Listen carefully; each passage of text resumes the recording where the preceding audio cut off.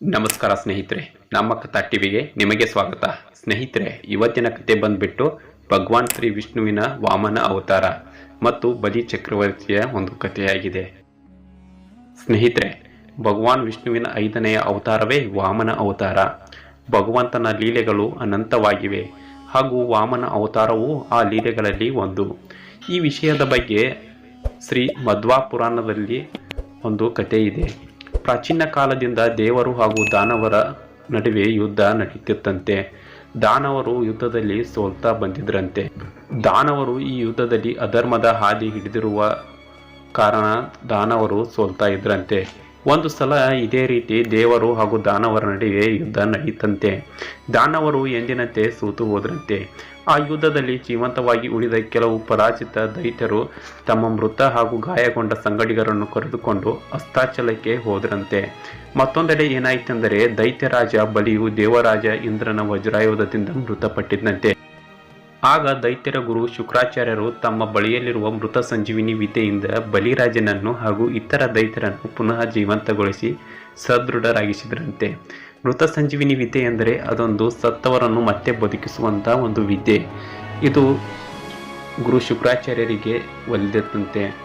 ಬಲಿರಾಜನನ್ನು ಅಜಯನನ್ನಾಗಿ ಮಾಡಲು ಶುಕ್ರಾಚಾರ್ಯರು ಒಂದು ಯಜ್ಞವನ್ನು ಆಯೋಜಿಸಿದ್ರಂತೆ ಹಾಗೂ ಅಗ್ನಿ ದೇವರನ್ನು ಪ್ರಸನ್ನಗೊಳಿಸಿ ದಿವ್ಯರಥ, ಬಾಣ, ಅಭೇದ್ಯ ಕವಚವನ್ನು ಪಡೆದುಕೊಂಡ್ರಂತೆ. ಇದರಿಂದ ಅಸುರರ ಶಕ್ತಿ ಇನ್ನೂ ಹೆಚ್ಚಾಯಿತಂತೆ ಹಾಗೂ ಪುನಃ ದೇವತೆಗಳ ಮೇಲೆ ಮತ್ತೆ ಯುದ್ಧವನ್ನು ಸಾರಿದ್ರಂತೆ.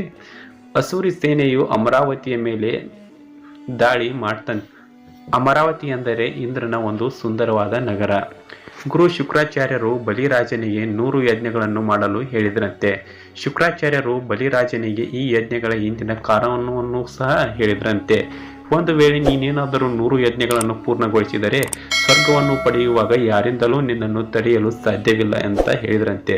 ನೀನು ಅಜೇಯನಾಗುವೆ ಎಂದು ಹೇಳಿದ್ರಂತೆ. ಈ ವಿಷಯವನ್ನು ದೇವರಾಜ ಇಂದ್ರನಿಗೆ ತಿಳಿಯುತ್ತಂತೆ. ಆಗ ದೇವತೆಗಳ ರಾಜ ಇಂದ್ರನು ಭಗವಾನ್ ಶ್ರೀ ವಿಷ್ಣುವಿನ ಹತ್ತಿರ ಹೋಗಿ ಶರಣಾದಂತೆ.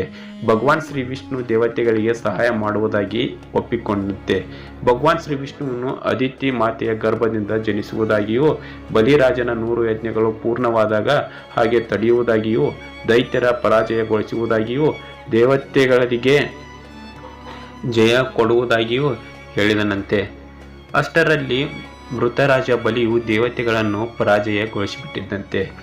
ಕಶ್ಯಪ ಋಷಿಯು ಹೇಳಿದಂತೆ ಅದಿತಿ ಮಾತೆಯ ಪುತ್ರ ಪ್ರಾಪ್ತಿ ಪಯೋವ್ರತದ ಅನುಷ್ಠಾನವನ್ನು ಮಾಡುತ್ತಾಳಂತೆ. ಆಗ ಭಾದ್ರಪದ ಮಾಸದ ಶುಕ್ಲ ಪಕ್ಷದ ದ್ವಾದಶಿಯ ದಿನದಂದು ಅದಿತಿ ಮಾತೆಯ ಗರ್ಭದಲ್ಲಿ ಭಗವಂತನು ಪ್ರಕಟನಾಗಿ ಅವತಾರ ಸ್ವರೂಪವನ್ನು ಧರಿಸ್ತಾನಂತೆ. ಈ ಅವತಾರದಲ್ಲಿ ಭಗವಾನ್ ಶ್ರೀ ವಿಷ್ಣುವು ಓರ್ವ ಬ್ರಹ್ಮಚಾರಿಯಾಗಿ ಬ್ರಾಹ್ಮಣನ ರೂಪವನ್ನು ಧರಿಸ್ತಾನಂತೆ. ಈ ಅವತಾರದಲ್ಲಿ ಅವನ ಹೆಸರು ವಾಮನ ಎಂದಾಗಿರುತ್ತದೆ.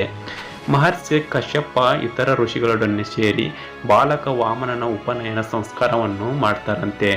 ಒಟ್ಟು ವಾಮನನಿಗೆ ಮಹರ್ಷಿ ಪುಲಹರು, ಯಜ್ಞೋಪವೀತರನ್ನು, ಅಗಸ್ತ್ಯರು, ಮೃಗಾಜಿನ ಮರಿಚಿ ಋಷಿಯ ಪಲಾಶದಂಡ, ಅಂಗಿರಸ ಋಷಿಗಳು ವಸ್ತ್ರ, ಸೂರ್ಯನ ಛತ್ರಿ, ಭೃಗುವ ಪಾದರಾಕ್ಷೆ, ಗುರುದೇವ ಜನಿವಾರ ಹಾಗೂ ಕಮಂಡಲವನ್ನು, ಅದಿತಿಯು ಕಪ್ಪಿನವನ್ನು, ಸರಸ್ವತಿಯ ರುದ್ರಾಕ್ಷಿ ಮಾಲೆಯನ್ನು ಹಾಗೂ ಕುಬೇರನ ಭಿಕ್ಷಾಪಾತ್ರೆಯನ್ನು ನೀಡ್ತಾರಂತೆ.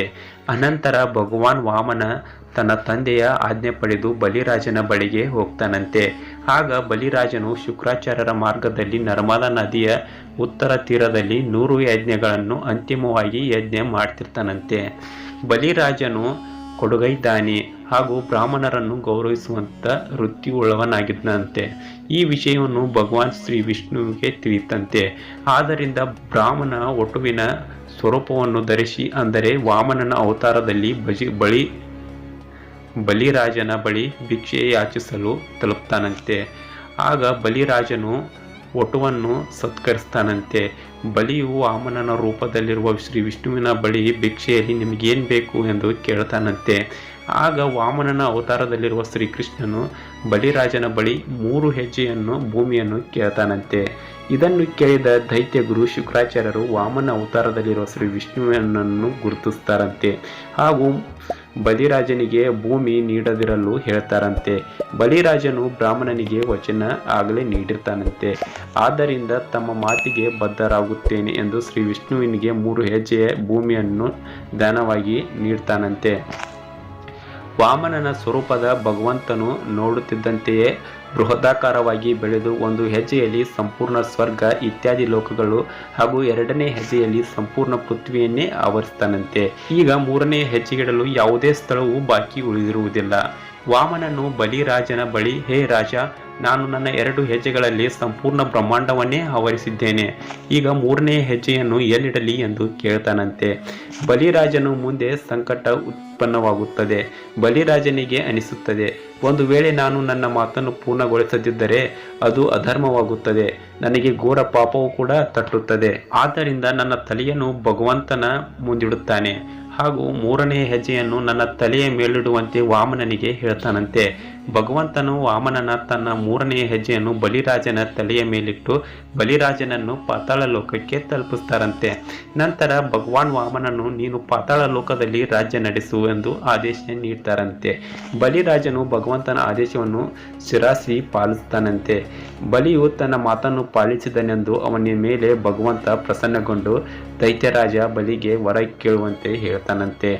ಬಲಿಯು ಭಗವಾನ್ ವಾಮನನಿಗೆ, ನೀವು ಹಗಲಿರುಳು ರಾತ್ರಿ ನನ್ನ ಎದುರಿನಲ್ಲಿಯೇ ಇರಬೇಕೆಂದು ವರವನ್ನು ಬೇಡ್ತಾನಂತೆ. ಶ್ರೀ ವಿಷ್ಣುವು ತಾನು ನೀಡಿದ ವಚನವನ್ನು ಪಾಲಿಸಲು ವಾಮನನ ಅವತಾರದಲ್ಲಿಯೇ ಪಾತಾಳ ಲೋಕದಲ್ಲಿ ಬಲಿರಾಜನ ದ್ವಾರಪಾಲಕನಾಗಿ ಇರಲು ವರವನ್ನು ನೀಡಿ ಮಾತನ್ನು ಸ್ವೀಕರಿಸ್ತಾನಂತೆ. ಸ್ನೇಹಿತರೆ, ಇದಾಗಿತ್ತು ಬಲಿರಾಜನ ಕತೆ ಮತ್ತು ಶ್ರೀ ವಾಮನ ಅವತಾರ ವಿಷ್ಣು ದೇವರ ಕತೆ. ಇನ್ನು ಇಂತಹ ಹೆಚ್ಚಿನ ಪೌರಾಣಿಕ ಕತೆ ಮತ್ತು ಮಕ್ಕಳ ಕತೆ, ನಲಿಕಲಿ ಕತೆಗಳಿಗಾಗಿ ನಮ್ಮ ಚಾನಲ್ನ ಸಬ್ಸ್ಕ್ರೈಬ್ ಮಾಡಿ ಮತ್ತು ಶೇರ್ ಮಾಡಿ. ಸ್ನೇಹಿತರೆ, ನಮ್ಮ ಕಥಾ ಟಿವಿಗೆ ಕೊನೆಯದಾಗಿ ನಿಮ್ಮ ಬೆಂಬಲ ಇರಲಿ. ಧನ್ಯವಾದ.